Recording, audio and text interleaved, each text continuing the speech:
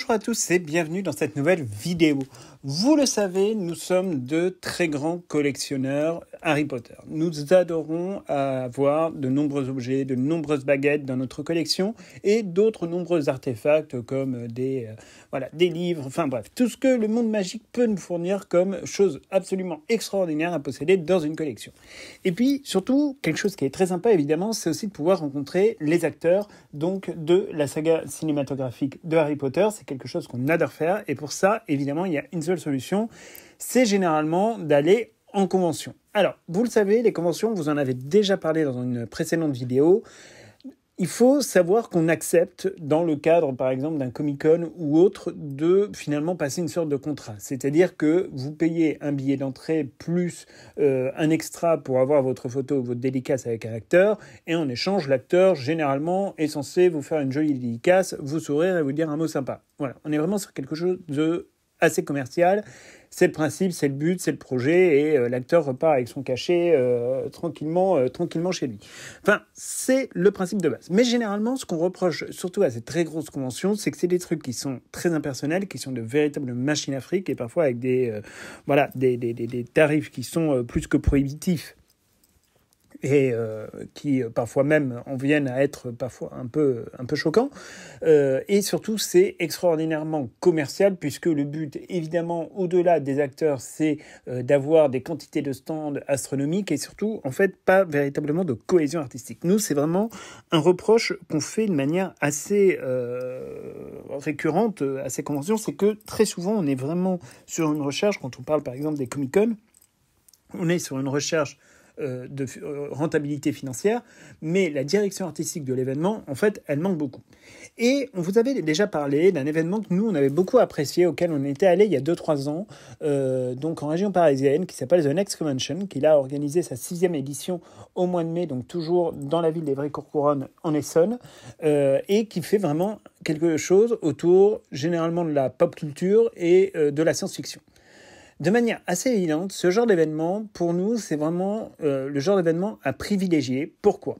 D'abord parce que c'est un événement qui s'inscrit dans le cadre d'un véritable projet artistique avec une ligne. Là, en l'occurrence, cette année, c'était surtout Star Wars qui a été mis à l'honneur, entre autres, mais à côté, vous avez aussi toute la pop culture, mais il y a quand même une direction artistique de l'événement là-dessus.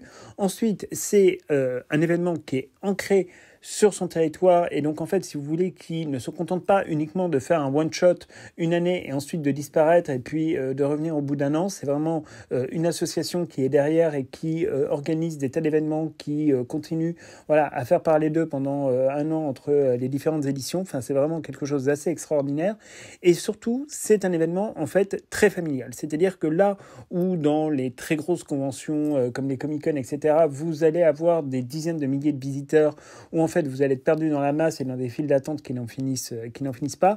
Là, au contraire, c'est un événement vraiment à taille humaine et qui vous permet donc de profiter notamment par la rencontre avec un certain nombre d'acteurs. Alors, ils avaient fait venir Evan Lynch il y a quelques années. Là, cette année, c'était donc un des acteurs phares de Charlie et la chocolaterie et de Star Wars, mais aussi Adrian Rollins, dont vous allez découvrir l'interview dans quelques instants, qui interprétait le personnage de James Potter et qui est également dans Star Wars, dans la dernière série Andor, dont la saison 2 est sortie dernièrement sur Disney+.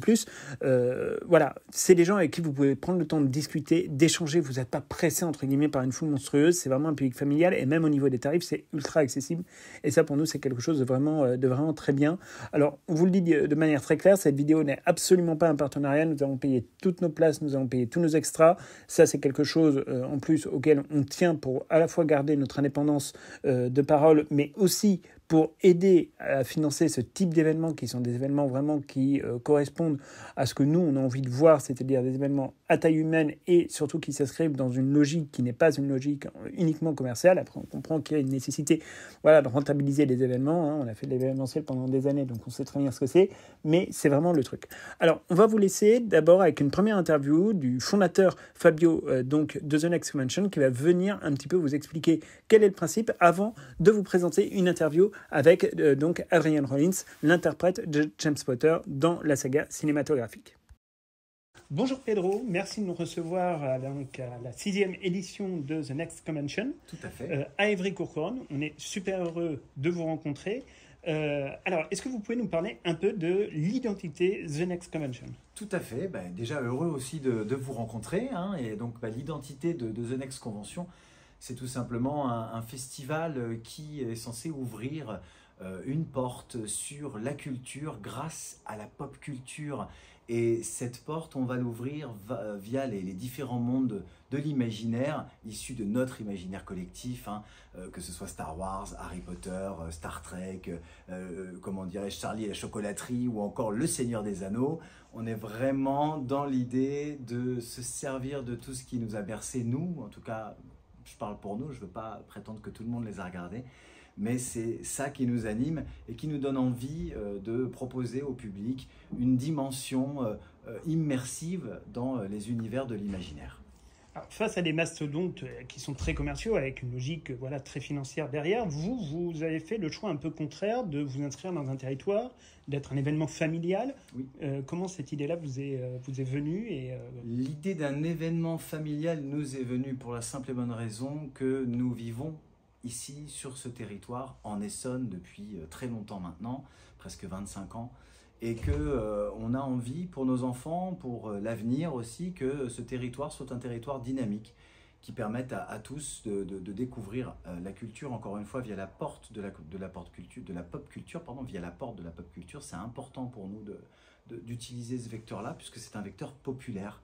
Et donc, on a besoin de faire ça pour aussi connaître nos voisins, savoir qui on est, d'où on vient, et ce qui nous anime un petit peu dans la vie. Et du coup, évidemment, faire la fête autour de choses qui nous rassemblent, pour moi, c'est la meilleure façon de se sentir appartenir au département, au territoire, de se sentir terrien aussi, tout simplement. Voilà. Et alors, votre convention, elle a une date donc, qui, cette année, est au mois de mai, mais elle va aussi bien au-delà, puisque vous avez vraiment tout un tas d'activités en dehors de l'année, tout à fait. Un peu partout. Tout à fait. On se considère comme des entremetteurs de la culture populaire, finalement. Et notre idée à nous, c'est un jour une action. Et donc, pour nous, il est inenvisageable qu'il se passe une semaine sans qu'il y ait quelque chose qui se passe dans notre communauté d'intervenants. Voilà. Et donc, c'est tout à l'heure, quand on parlait un petit peu, vous nous parliez voilà, de aussi rechercher vraiment quelque chose sur le fond, sur le fait que vous aviez vraiment des thématiques, où là aussi, c'est quelque chose qu'on ne voit pas régulièrement dans les conventions. Alors, oui, alors déjà, c'est vrai qu'on est parti de l'idée de la convention, nous, parce qu'on est tous issus du milieu de la culture populaire. On est comédiens, producteurs, écrivains, auteurs, et on a tous été confrontés au désert de propositions du territoire et de formation, d'accompagnement, de suivi, de propositions de manière générale. Et donc, du coup, on s'est dit, soit on faisait comme tous les artistes locaux en Essonne et dans la banlieue de manière générale, c'est-à-dire qu'on a ce qu'on appelle un boulot alimentaire, soit on va plutôt aller chercher à créer ce qui n'existe pas, ou ce qui existe peu, hein, afin de lui apporter la vraie dynamique pour faire vivre art et culture toute l'année, et donc les artistes, les techniciens et les intervenants qui vont avec.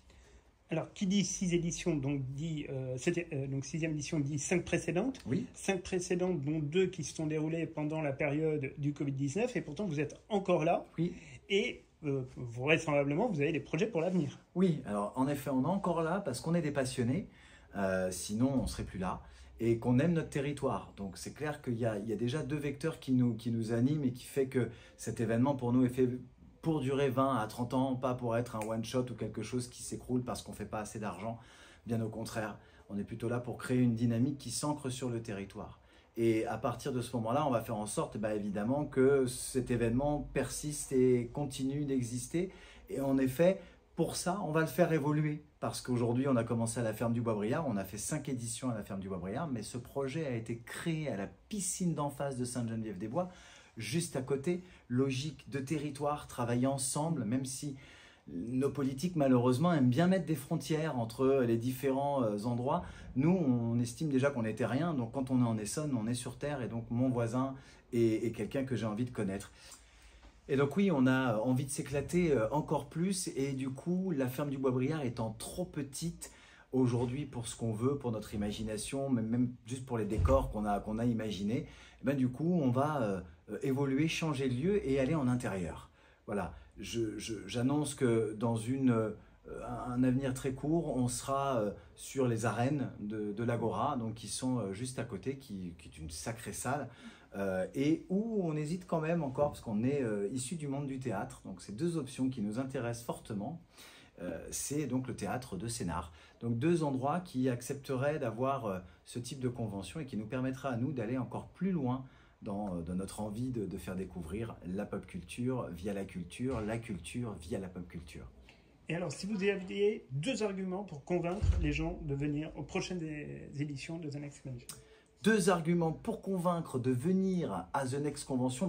Déjà, quand on aime la normalité, s'amuser, être soi-même, il faut venir à The Next Convention. Et ensuite, je dirais, parce qu'aujourd'hui, on a besoin de ce type d'événement pour tout simplement se sentir vivant.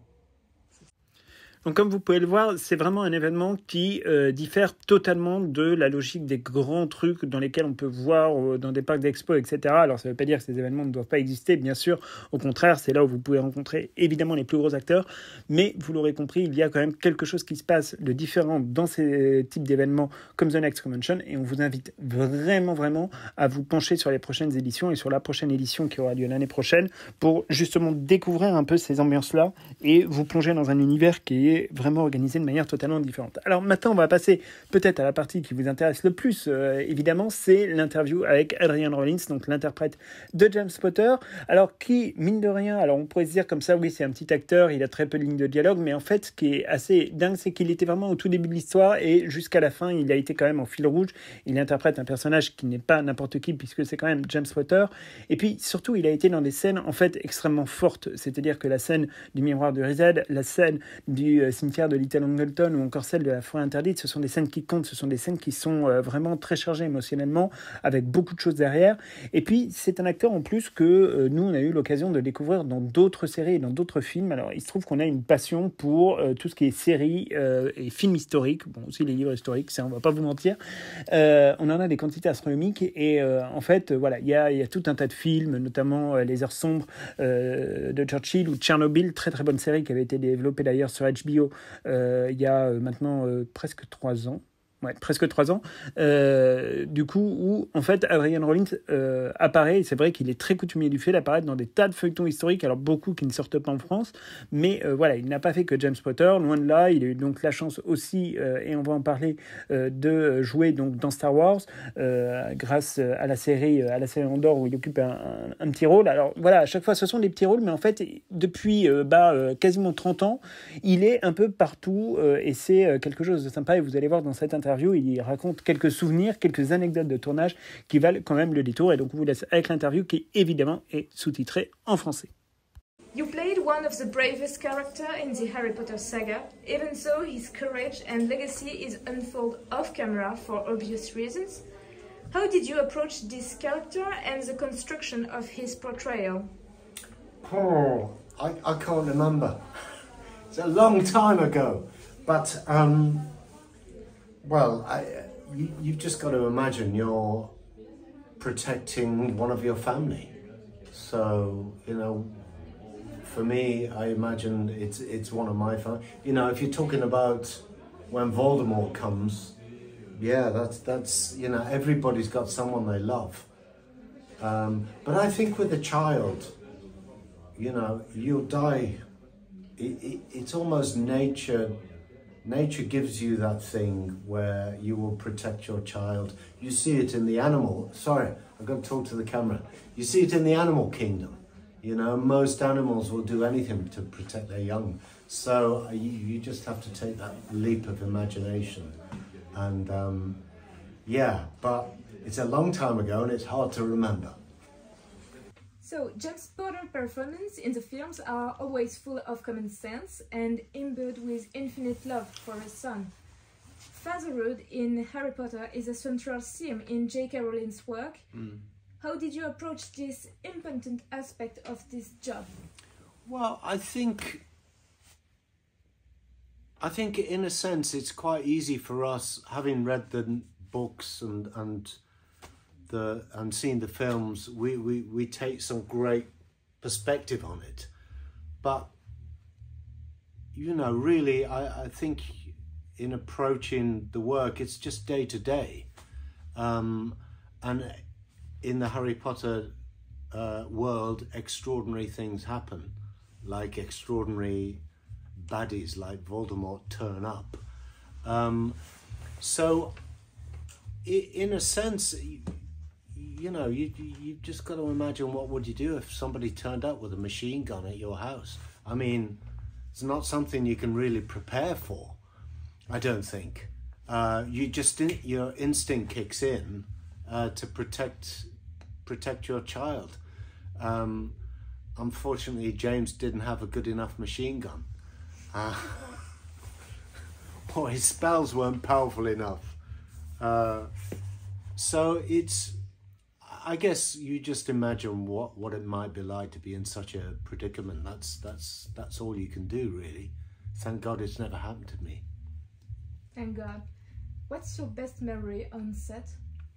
Best memory on set? Well, there's a lot of it is you know, I have so many wonderful memories. Having the family together for the first time. I think the first thing we filmed was The Mirror of Erised. If it wasn't the first, it was one of the first. And that was the first time that the family was together. James, Lily, and of course Harry, and meeting Daniel, and he was just such a delightful young man, very polite, very interested, very warm, and there was an immediate sort of feel, a connection, and I thought, yeah, I'd be proud to have this guy as my son. Also, in the Deathly Hallows, the scene in the Forbidden Forest with the Resurrection Stone, yeah, of course, it's an incredible. I think it's an incredibly powerful scene because it's heading towards the climax of the whole saga, and obviously Harry's facing his nemesis. So it's got that charge, but also to be working with David Thewlis and Gary Oldman, Geraldine Song, great actors to share such a wonderful scene with. So that was very special. A new Harry Potter series is currently in production. Yeah. What advice would you give to the future James Potter? And if you had the opportunity to play a role in it, which one would you have liked to play and why? Tough questions. I don't know. I wouldn't give any advice. You know, he's an actor. Whoever plays it, it's his thing, and I think obviously they're going to have chance in the series to go into much more detail. And I think I wouldn't like to interfere. It's whoever plays that role. It's going to be a new thing. It's going to be a new take. So they're going to do it their own way. I think so. So it's like, you know, I've been lucky to be in it, so I'll keep out of it. What other character would I like? Any. I'd like to play Harry. I'd like to play Lockhart, Sirius Black. Peter Pettigrew, God, that would be exciting. Snape, I mean, God, there's so many fantastic characters. But the thing is that even though I would love to play them, I can't, it's very difficult to imagine anybody playing them better than the actors who played them originally. Of course. But maybe we'll see that in the new series. I don't know. It's, yeah, we'll have to wait and see. Your career obviously doesn't end with Harry Potter. You also starred in a spin-off series of another huge saga, Star Wars. How did you feel about being part of a series in this saga, which was unanimously appreciated by viewers? And were there any similarities between the production of Andor and Harry Potter? Well, I suppose I feel incredibly lucky to be part of an iconic series of films, Harry Potter, but to also get into something that's Star Wars, you know, that's incredible luck. So to be associated with those two franchises is fantastic. Well, I suppose the thing is that they're both incredibly successful, so they've got funding, which means that they can take care with every aspect. Nothing is rushed, and that's wonderful to be in something where there's that care and they can afford the attention to get it just right. You know, a lot of film or television, they haven't got the money and they've got to move on quickly, and that has its own excitement as well. But I think that's a similarity. There's a lot of money going into those sagas. Okay, thank you for this interview. You're very welcome. I'm glad. Et donc voilà, c'est tout pour cette interview. On remercie encore une fois les équipes de The Next Convention et Adrian Rollins de nous avoir permis d'accéder donc à cet entretien et de pouvoir le réaliser dans de bonnes conditions. Ça nous a permis de découvrir une personnalité extrêmement attachante et vraiment quelqu'un de très sympathique, de très humain, de très humble et de très très simple en fait à côtoyer, ce qui parfois peut être rare. Vous savez, nous on aime bien vous montrer effectivement un peu des interviews et d'essayer d'avoir la vie des acteurs. C'est quelque chose nous qui nous intéresse. Ce ne sont pas les contenus qui fonctionnent le plus sur notre chaîne, mais pour nous, de manière assez évidente, ce sont des contenus qui sont importants parce que ça nous permet vraiment de compléter d'une part nos connaissances sur le monde magique, parce que voilà, il y a l'interview en on et puis il y a évidemment la discussion et les discussions qu'on peut avoir en off avec les acteurs.